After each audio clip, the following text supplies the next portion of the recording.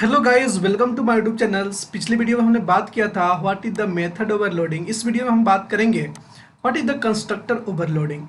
इसे कैसे करेंगे, इसे कोड के थ्रू कैसे समझेंगे, एक्चुअल में क्या होता है, ये सारी चीज़ डिस्कस करेंगे। इसके अलावा अगर आपसे कोई पूछता है कि कंस्ट्रक्टर ओवरलोडिंग जावा सपोर्ट करता है या नहीं, तो आप डेफिनेटली बोलोगे कि Java support the constructor overloading, no doubt in that. Okay. उसके बाद अगर कोई इंटरव्यू में आपसे पूछता है कि what is the constructor overloading, what is the method overloading, what is the difference between them, तो डेफिनेटली आप अगर मेरे पिछले वीडियो को नहीं देखे हो कि कंस्ट्रक्टर ओवरलोडिंग क्या होता है, तो first of all you have to watch this one, then after you can come back and you can watch this one, what is the constructor overloading. So in this video I am going to teach you definitely what is the constructor overloading. So first of all you have to remember it, we create a multiple constructor. देखो क्या होता है ना, we create a multiple constructor with the same name but with different parameters, types or different numbers of parameter, that is called constructor overloading. Okay, I hope कि आपको समझ में आ गई होगी। नेक्स्ट हम लोग बात करते हैं, अगर बात करें तो ऑलरेडी हम लोग ने यहाँ पे बनाए थे मेथड ओवरलोडिंग क्या होता है, तो इस तरह से हम लोग कंस्ट्रक्टर ओवरलोडिंग बना लेंगे, कोई बात नहीं। सभी डिलीट करते हैं। हमारे पास एक क्लास है एडिशन और दूसरा एक क्लास है जो क्लास है व्हाट, टेस्ट एडिशन सिंपली। सो हमारे पास क्लास एडिशन है, इसके पास हमको बनाना है कंस्ट्रक्टर ओवरलोडिंग। तो सिंपली देखो, एक क्लास है मेरे पास एडिशन, इस क्लास में मुझे कंस्ट्रक्टर बनाना है, तो सिंपली हम क्या करेंगे पब्लिक, और रिटर्न टाइप होता नहीं है तो क्लास नेम, और पैरामीटर आपको देना है तो दे दो। तो पब्लिक एडिशंस, और यहाँ पे क्या हुआ, कुछ नहीं इन द सेंस कि ये जो है डिफ़ॉल्ट कंस्ट्रक्टर है, डिफ़ॉल्ट कंस्ट्रक्टर जैसा। तो system SYSTM system dot out dot println, तो सिंपली हम लोग कंस्ट्रक्टर का यूज करते हैं इसलिए ताकि ऑब्जेक्ट को इनिशियलाइज कर सकें। Hello default, hello default constructor, that's it. तो हमारे पास एक कंस्ट्रक्टर बन गया एडिशन नाम का, और क्लास नाम से ही हम लोग कंस्ट्रक्टर नाम भी देते हैं। एक क्लास नेम और एक कंस्ट्रक्टर नेम सेम होनी चाहिए, और इस एडिशन का ऑब्जेक्ट आकर के हम यहाँ पे क्रिएट कर रहे हैं मेन मेथड में। सिंपली जैसे ही मेन मेथड को हम लोग रन करेंगे, जैसे ही ऑब्जेक्ट क्रिएट होगा तो यहाँ पे एडिशन ए नाम का एक रिफरेंस बनेगा। फॉर एग्जाम्पल अगर इसको समझना है आपको, तो मैं ओपन करता हूँ पेंट में, ये रहा पेंट। ओके, तो सिंपली अगर हम लोग बात करें तो यहाँ पे एक ऑब्जेक्ट बनेगा, और यहाँ से आप कह सकते हो जैसे कि ये जो रिफरेंस है ए, तो यहाँ पे एक ऑब्जेक्ट रिफरेंस बनेगा, और इस ऑब्जेक्ट रिफरेंस में क्या होगा, ए होगा यहाँ पे। तो आप सिंपली यहाँ पे दे सकते हो ए, और इसके पास ए पॉइंट करता होगा किसके पास, सिंपली ए पॉइंट करेगा इसको। ओके, इसको पॉइंट कर रहा है, और इसका मान लो कुछ एड्रेस है, फॉर एग्जांपल 1010, तो यहाँ पे स्टोर रहेगा 1010, दैट्स इट। यहाँ पे मान लो कुछ डेटा है जैसे कि ए और बी, तो उसमें कुछ स्टोर कर सकते हो लाइक कुछ वैल्यू को।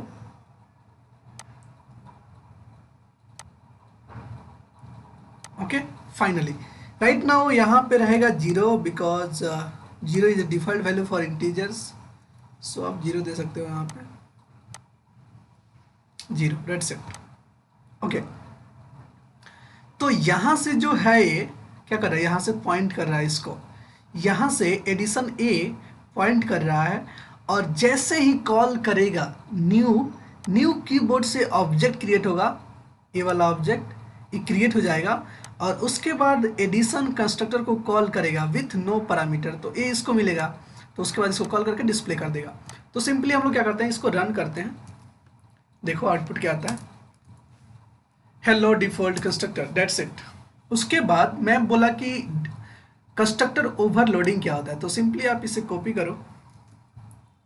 कंस्ट्रक्टर ओवरलोडिंग को अगर देखना है सही से तो ठीक है, हमारे पास 3 एडिशन मेथड हो गया। अभी आप करोगे तो आपको एरर मिलेगा, क्योंकि आप same method already define in the class, addition different parameter भी नहीं है, सेम है, तो इसलिए एरर मिलेगा। तो आप सिंपली यहाँ पे 2 वेरिएबल ले लो जिसको इंस्टेंस वेरिएबल बोलते हैं, ए और इंट बी, दैट्स इट। यहाँ पे आप पैरामीटर ले सकते हो इंट ए, यहाँ पे ले सकते हो इंट ए कॉमा इंट बी। अब आपको कोई एरर नहीं मिलेगा फिलहाल, एवरीथिंग इज फाइन। लेकिन ये जो एडिशन है कब चलेगा, जब आप ऑब्जेक्ट बनाओगे इस तरीके से विदाउट पैरामीटर्स। अगर आप ऑब्जेक्ट बनाते हो इस तरीके से, इस तरीके से 3 बार ऑब्जेक्ट बनाते हो तो 3 बार वही कंस्ट्रक्टर चलेगा। लेकिन आपको यहाँ पे चेंज करना चाहिए, इसको बी बना दो और इसको सी बना दो, चलेगा, कोई दिक्कत नहीं है। लेकिन 3 बार उसी कंस्ट्रक्टर को कॉल किया जाएगा। हम क्या करते हैं, यहाँ पे 10 पास कर देते हैं, यहाँ पे 10,30 पास कर देते हैं। तो तीनों कंस्ट्रक्टर चलेंगे, लेकिन डिफरेंट कंस्ट्रक्टर चलेंगे। अभी आपको समझ में नहीं आ रहा होगा। इसको डाल लो 1, इसको डाल लो 2, इसको डाल लो 3। अब आपको कुछ समझ में आ जाएगा, आ गया समझ में। 1 2 3 तीनों कंस्ट्रक्टर चला अलग अलग ऑब्जेक्ट क्रिएट होने पर। तो इसको बोलते हैं एडिशन नाम का एक कंस्ट्रक्टर है, उसके अंदर डिफरेंट पैरामीटर है। इसको बोलते हैं कंस्ट्रक्टर ओवरलोडिंग। मतलब किसी भी टाइप का वैल्यू दो वो चलाएगा, किसी भी टाइप का वैल्यू दो चलाएगा। तो यहाँ पे इंट ए ले लो, इंट बी ले लो, यहाँ पे ले लो फ्लोट, FLOAT फ्लोट, यहाँ पे ले लो डबल, यहाँ पे ले लो डबल। तो अगर आप कोई ऑब्जेक्ट क्रिएट करते हो और उसमें 2 चीजें पास करते हो, लाइक डबल और डबल, मान लो ये डी हो गया आपका, तो उस वाले कंस्ट्रक्टर को चला दिया जाएगा पॉइंट समथिंग, दैट्स इट। तो double double double, okay, expected double, expect कर रहा है डबल, लेकिन आ नहीं रहा है उसके पास डबल, सो डबल यहाँ पे बी लिखो। Okay, everything is fine now. उसके बाद हमारे पास बहुत सारे मेथड है, सब डिफरेंट हैं। ओके ओके, यहाँ पे बोल रहा है कि addition int A int B, okay, already define है, तो इंट ए और इंट बी ऑलरेडी है मेरे पास यहाँ पे। तो यहाँ पे इसको मैं लॉन्ग कर दे रहा हूँ, नो प्रॉब्लम। इसको बोलते हैं मेथड ओवरलोडिंग। तो इसको चलाने के लिए आप कह सकते हो डबल, देखो एक बार कॉल होगा ये भी लास्ट में, डबल, दिख रहा है यहाँ पे डबल। तो अगर एक मेथड नहीं, यहाँ पे कंस्ट्रक्टर ओवरलोडिंग की बात हो रही है। तो एक कंस्ट्रक्टर, एक class having a multiple constructor with the same name but different parameters and different data type, that is called constructor overloading in Java and it is supported by the way।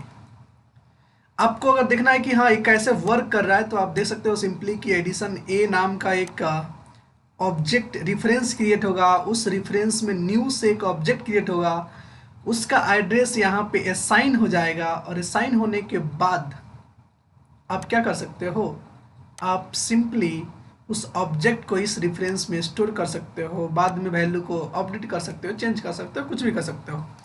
Constructor का use करते हैं कि ताकि हम लोग object को initialise कर सकें, that's it. So many things is involve here, but हम लोग सिंपल चीज़ें लेकर के चल रहे हैं कि हाँ आप अंडरस्टूड हो पाओ कि एक्चुअल में ओवरलोडिंग क्या होता है, ओवरलोडिंग, कंस्ट्रक्टर ओवरलोडिंग क्या होता है, मेथड ओवरलोडिंग क्या होता है। सारी चीज़ें हम लोग 1 by 1 करके कवर करेंगे इसमें।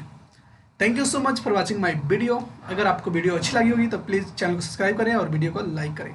Thank you.